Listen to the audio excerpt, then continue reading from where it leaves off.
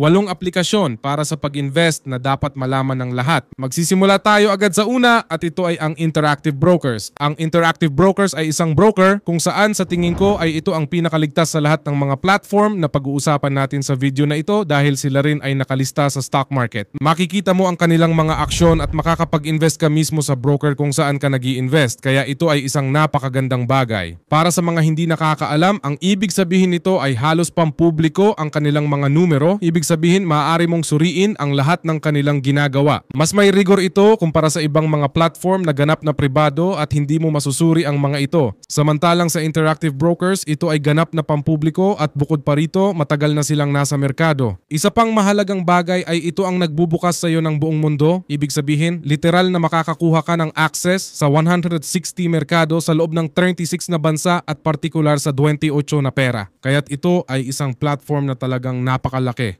Maaari rin nating pag-usapan ang mga kahinaan na para sa mga baguhan sa simula ay maaaring maging komplikado ito, pero isang bagay na palagi kong binibigyang diin ay kapag nagsisimula ka sa mundo ng pamumuhunan ng pag-invest sa stock market at gusto mong magpatuloy at matuto pa, kapag nagsimula ka sa isang simpleng platform ay napakaganda. Pero kapag gusto mong umusad sa susunod na hakbang, kailangan mong ilipat ang lahat ng iyong kapital, lahat ng pera o mga aksyon na mayroon ka sa isang broker at ilipat ito sa ibang lugar. Kaya mahalaga mula sa simula na malaman kung ano ang iyong mga layunin at kung ano ang balak mong gawin sa hinaharap sa iyong mga pamumuhunan. Ang Interactive Broker ay nagsisilbing para sa pangmatagalang pamumuhunan, para rin sa trading, para mamuhunan sa iba't ibang uri ng mga aktibo tulad ng ETF, mga aksyon, mga bono at iba pa, at ang mga komisyon kung ikukumpara sa ilang mga platform na nasa listahang ito ay hindi ang pinakakompetitibo, pero kung magtitrade ka o pangmatagalan ay maaaring gumana ito ng maayos.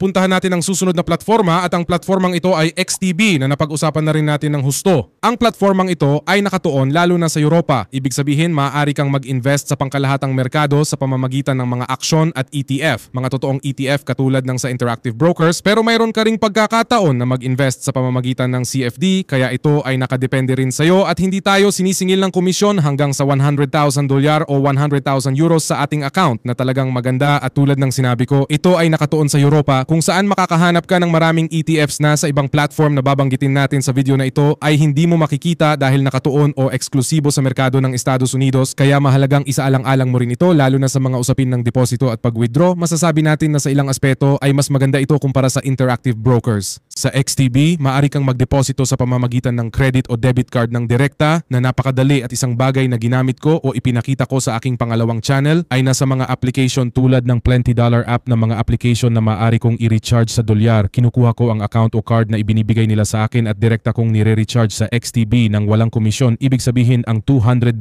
na meron ako sa Plenty o sa Litio o sa Dollar ay $200 na ide-deposito ko sa XTB, at yon ay $200 na mananatili sa XTB. Ibig sabihin, hindi ito magiging isang conversion o katulad dahil na-recharge ko na ang aking account na nagiging dolyar at ang mga dolyar na iyon ay $1. Ito ay pareho sa XTB at sa Dollar app. Kaya rin sa aspetong iyon ay napakadali. Kaya sa isang paraan ay mayroon itong maraming mga function at maraming magagandang bagay. Ipinakita ko rin kung paano mag-withdraw at medyo may kakulangan dito, subalit may mga magagandang aspeto sa pag-withdraw ng international, lalo na sa Bancolombia.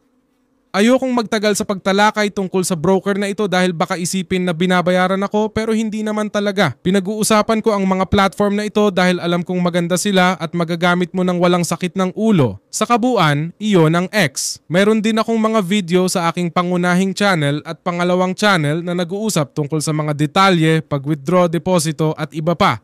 Ang layunin ko sa video na ito ay upang mas maunawaan mo ang mga brokers na ito. Pupunta tayo sa susunod at ito ay Happy na ganap na nakatuon sa pag-invest sa stock market ng Estados Unidos mula sa Latin America sa pangkalahatan. Kaya't ito ay eksklusibo para sa mga tao sa Latin America at nakatuon sa mga stocks, ETFs at cryptocurrencies. Ngunit kung magiging tapat ako para sa akin, ang pag-invest sa crypto sa pamamagitan ng Happy ay hindi ang pinakamainam na option. Wala itong gaanong pagpipilian para mag-invest at meron itong mataas na fees at spreads, kaya hindi ito masyadong interesado sa akin. Ngunit sa usapin ng stocks at ETFs, nararamdaman kong ito ay isang platform na masyadong lumago. Maraming tao ang gumagamit nito. Sa tingin ko may 500,000 users na base sa nabasa ko ilang araw na ang nakaraan. Pero patuloy itong lumalaki. At gaya ng sinabi ko, ito ay hindi lamang available sa Colombia, kundi pati na rin sa Argentina, Mexico, Peru at iba pa. Hindi ko masyadong maikumpara ito sa iba dahil sa totoo lang, halos pareho ito sa iba. Ang pagkakaiba lang ay ay ang focus nito sa US stock market, habang ang Interactive Brokers ay may 160 global markets at ang XTB ay maraming European at US markets. Ngunit dito, eksklusibo ito sa US. Sa usapin ng mga commission, hindi rin ako masyadong kumbinsido sa pagbili at pagbebenta. Ngunit halos pareho ito sa ibang mga platform kung saan kapag pangmatagalan ang investment, hindi mo masyadong nararamdaman ang mga ito lalo na kung malaki ang halaga ng investment. Dito, sinasabi na maaari kang magsimula mag-invest sa halagang $50, ngunit kung mag-i-invest ka ng tig $50, mauubos lang ito sa komisyon at kailangan mong maghintay ng napakatagal para mabawi ang mga bayarin maliban kung gagawa ka ng trading. Ngunit ang Happy ay hindi para sa trading. Ang Happy ay para sa pangmatagalang investment. Napakasimple at basic na application ito kumpara sa Interactive Brokers at XTB na may mga sariling tools para sa trading at mas malalim na pagpasok sa mundo ng investment sa araw-araw at hindi lamang sa pangmatagalang investment. Kaya't narito ang isa pang platform. Pumunta tayo sa susunod at ito ay eToro. Ang eToro ay isang matagal ng platform para sa pag-invest na nagkaroon ng maraming pagbabago kamakailan,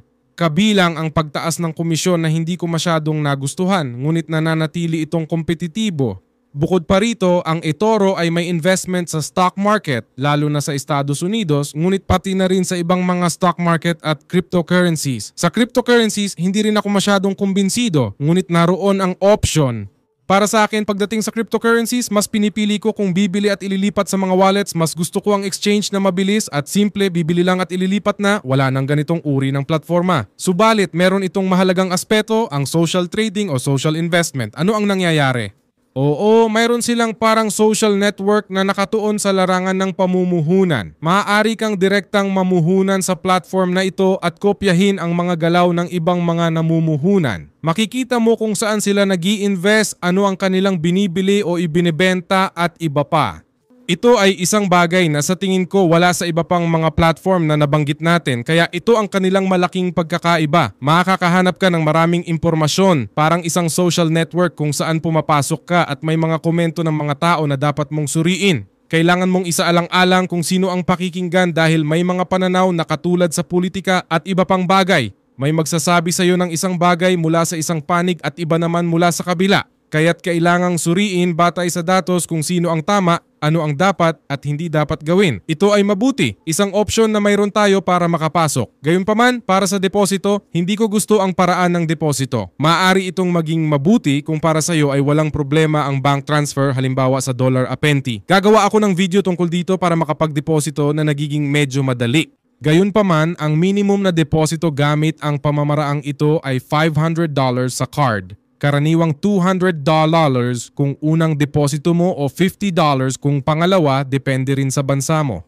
Medyo nakakapagod ang pag-withdraw pero marami ang mas gusto ang eToro dahil sa kadalian nito. Ito ay platform na madaling gamitin, simple, dynamic at interactive. Literal na pagpasok mo parang napakasimple, madaling hanapin ang mga bagay at maintindihan. Ang iba na nabanggit ko ay medyo komplikado kapag nagsisimula. Sa wakas, meron tayong Charles Schwab. Ang Charles Schwab ay isang plataporma na katulad ng Interactive Brokers pagdating sa usaping pamumuhunan, ngunit higit sa lahat ay pinapayagan silang mamuhunan sa Estados Unidos at ito ay nagmula sa Estados Unidos. Isa ito sa mga pinakatradisyonal na kumpanya na nagbibigay ng labis na seguridad. Bukod pa rito, kamakailan ay may ginawa ito at kapag sinabi kong kamakailan, ito ay halos 1 taon o 2 na ang nakalipas. Sa totoo lang, minsan nawawala ako sa pagbilang ng oras at kung ikaw ay isa sa mga taong namuhunan sa TD Ameritrade o minsan ay narinig mo ang tungkol sa TD Ameritrade, ang Char ay sumanib sa TD Ameritrade at ngayon lahat ng kanilang mga gumagamit ay bahagi na ng Schwab kaya ito rin ay naging napaka-popular dahil dati na itong popular lalo na sa Estados Unidos pero ilang panahon na ang nakalipas ay naging napaka-popular ito dahil sa Ameritrade dahil maraming tao ang nagustuhan at minahal ang Ameritrade. Ngunit nang ito ay masanib, ito ay naging swap at doon nagsimula itong makilala lalo na sa Latam ang usapin ng Char Swap kaya naman ito ay isang option na dapat isaalang-alang.